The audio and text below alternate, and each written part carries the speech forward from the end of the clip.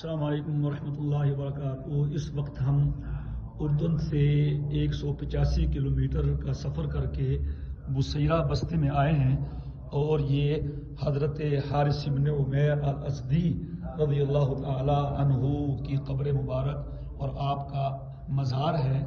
یہ وہ صحابی ہیں جنہیں نبی کریم صلی اللہ علیہ وسلم نے سن 8 ہجری میں یہاں بھیجا تھا۔ یہاں کا جو بادشاہ تھا شرحبیل ابن عمرو الغسانی، ان کو دعوت دینے کے لیے بھیجا تھا، تو اس نے ان کو شہید کر دیا۔ حالانکہ قاصدوں کو قتل نہیں کیا جاتا تھا، تو اس پر نبی کریم علیہ الصلاۃ والسلام کو بہت افسوس ہوا۔ پھر آپ صلی اللہ علیہ وسلم نے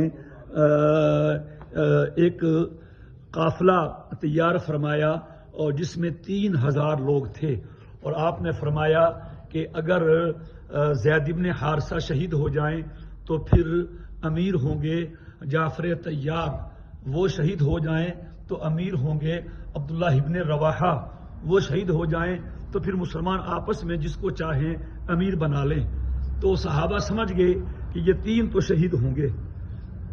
چنانچہ پھر آپ کے اصل میں جو غزوہ مؤتہ ہوا، یہ انہی حضرت حارث بن عمیر رضی اللہ تعالی عنہ کی شہادت کا بدلہ لینے کے لیے ہوا، اور ان کے مقابلے میں روم تھا، یہ روم کی سلطنت میں تھا علاقہ، تو انہوں نے 2,40,000 لوگوں کو بھیجا، اور پھر اسی طرح حضرت زید بن حارثہ وہ شہید ہوئے۔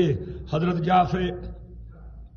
جعفر طیار رضی اللہ تعالی جو حضرت علی کے بھائی ہیں، انہوں نے دائیں ہاتھ میں جھنڈا لیا، دشمن نے دائیں ہاتھ کاٹا، بائیں میں لیا، وہ کاٹا، بالآخر ان کو بھی شہید کر دیا۔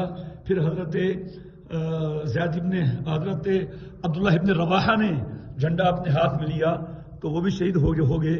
پھر حضرت خالد بن ولید رضی اللہ تعالی عنہ نے جھنڈا ہاتھ میں لیا، تو اللہ پاک نے مسلمانوں کو کامیابی سے نوازا۔ یہاں ان کا مزار ہے بصیرہ بستی میں، اردن میں۔